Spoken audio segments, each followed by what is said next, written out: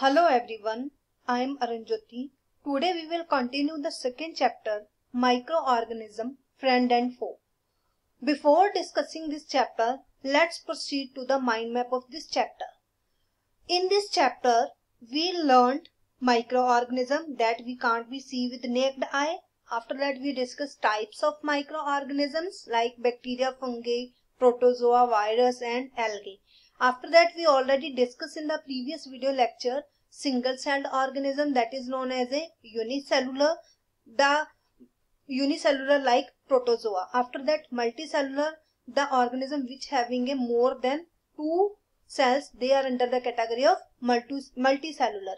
After that, we will continue to discussing useful microbes. In this, we learned preparation of bread, then curd formation by using a useful microbes. Now, next we will be discuss about use of microorganism in large scale. How we can use these microorganisms for large scale? We can be used for the production of alcohol, wine and acetic acid. So acetic acid is also known as a vinegar. So what is the chemical name of the vinegar? The name of the chemical name of vinegar is known as a acetic acid. So yeast is used for commercial production of alcohol and wine. For these purposes, yeast is grown from natural sugars present in grain like barley, wheat, rice, crushed fruit nuts, etc. Now we will discuss the activity 2.4. In this activity, what requirement we need? First of all, we need a beaker of 50 milliliter. Then we will fill the beaker with 3/4 with water. Then we dissolve 2-3 teaspoons of sugar and add half spoon of yeast powder of the sugar solution. Keep it covered in a warm place for 4 to 5 hours. Now smell the solution. Can you get a smell? Now we can get a smell from the solution that smells like alcohol. So how this smell will come? This smell is because of the fermentation. So what is the meaning of fermentation? The process of conversion of sugar into alcohol is known as a fermentation. So who discovered this process? This process is discovered by Louis Pasteur in 1857. This is the name of the scientist who discovered the process of fermentation. Now next we will discuss about medicinal use of microorganisms. Now we know that some microorganisms we can be used to make the medicines also. So when we need the medicines, when the person will ill. So when the person will fall ill, then what they do? They go to the doctor and doctor gives some antibiotic tablets like capsule or injection. So such antibiotic tablets, capsule or injection that is prepared from a penicillin. Penicillin is the name of the bacteria which we can use to make the antibiotics.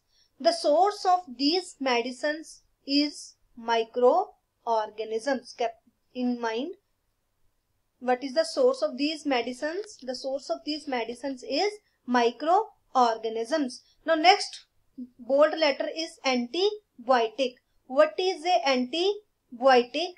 The antibiotics are the medicines. They kill or stop the growth of the disease causing microorganism in human bodies.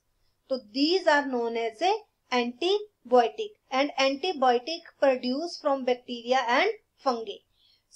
From these two bacteria, which antibiotic we can be produced? Like streptomycin, tetracycline and erythromycin are some of the antibiotic we can be prepared from the bacteria and fungi. Now the next question is, who discovered penicillin and when?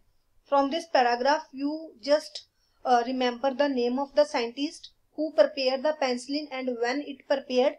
The name of the scientist who's prepared penicillin, that is known as Alexander Fleming, and it prepared this antibiotic in 1929. I hope everyone understand. After that, some antibiotics are also used to cure a variety of disease. Like we can even mix these antibiotics in the feed of livestock and poultry to check the microbial infection. They also used to control many plant disease. Now from this paragraph there is a one question. What is the question? What precautions should be followed while taking antibiotic and why? The answer of this question is in this box.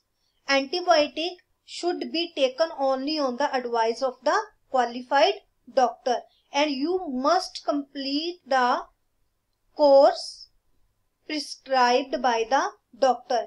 If you take antibiotic when not needed or in wrong dose, it may make drug less effective when you might need it in futures. So what is the main why we are not take it in the large amount of quantity? Because sometime antibiotic also kill the beneficial bacteria that is present in our body. Then antibiotics are not effective against cold and flu. Why they are not effective? Because flu and cold is caused by virus. So that's why we are not using the antibiotic in the case of cold and flu. Now next is a vaccine. So there is a one blue box question. Why are children, infant given vaccination? The answer of this question is vaccination are given to infant in order to protect them from the disease, because infants are more unsafe to uncommunicable diseases. I will repeat it again. Why we are given the vaccination to infant or a children? Vaccination are given to infant in order to protect them from the disease, because infants are more unsafe to communicable disease. Communicable disease we will be discussed in the next topic.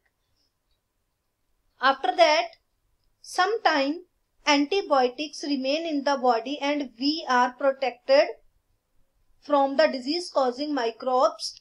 So that's why vaccines we are given to the infant and the children. Several diseases like cholera, tuberculosis, smallpox, hepatitis can be prevented by vaccination.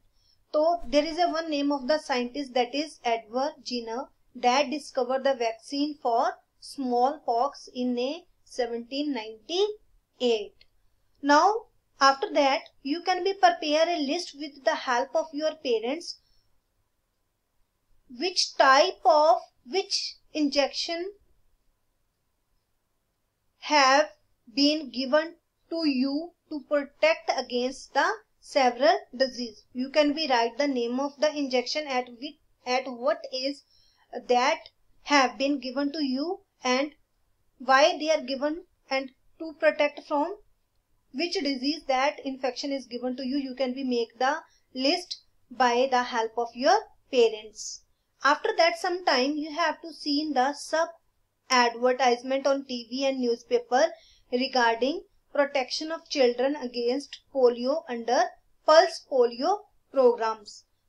Polio drops given to the children are actually a vaccine. So 2 drops we are given to the child whose age is less than 5 years. So that drops actually a vaccine that we are given to protect from these children from the polio. A worldwide campaign against smallpox has finally led to eradication from most part of the world. These days, vaccines are made on large scale from microorganisms to protect humans and other animals from several diseases. Now next, useful microbes we are used to increase the fertility of the soil. Now you already learned in the previous chapter, some microbes or some bacteria, they are also help to increase the fertility of the soil, that is like earthworm also. So some bacteria are able to fix the nitrogen from the atmosphere. Which bacteria? That is a rhizobium bacteria. They help to fix the nitrogen from the atmosphere to enrich soil with nitrogen. Why the soil need nitrogen? Because nitrogen is the nutrient for the soil. Then it increase the fertility, and when we grow the crop, so we will get the better yield. These microbes commonly called biological nitrogen fixer. After that, these are the some examples of nitrogen fixing bacteria, that is cyanobacteria, and blue-green algae is also help to maintain the nitrogen in soil. How it will help, we can be discuss it in nitrogen cycle. Then we will discuss about how the bacteria or microorganism help to clean the environment. So we know that sometime you observe that school gardener making manure by collecting wastes of plants, vegetables, fruit and the nearby houses and gardens. They put them in the pit for waste disposal. After some time it decomposed and get converted into manure. Buzo and Paheli wanted to know how this had happened. This has happened due to the action of the microbes. They decomposed all the waste material and convert it into manure. After that, there is a activity 2.5. Take 2 pots and fill each pot half with soil. Mark them A and B. Put plant waste in pot A and things like polythene bag, empty glasses, bottle and broken plastic toy in pot B. Put the pot aside. Observe them after 3 or 4 weeks.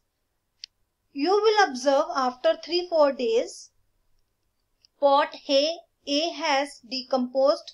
How did this happen? Due to the microbes, action of the microbes, and plant waste get converted into manure. Then the nutrients released in the process can be used by the plant again.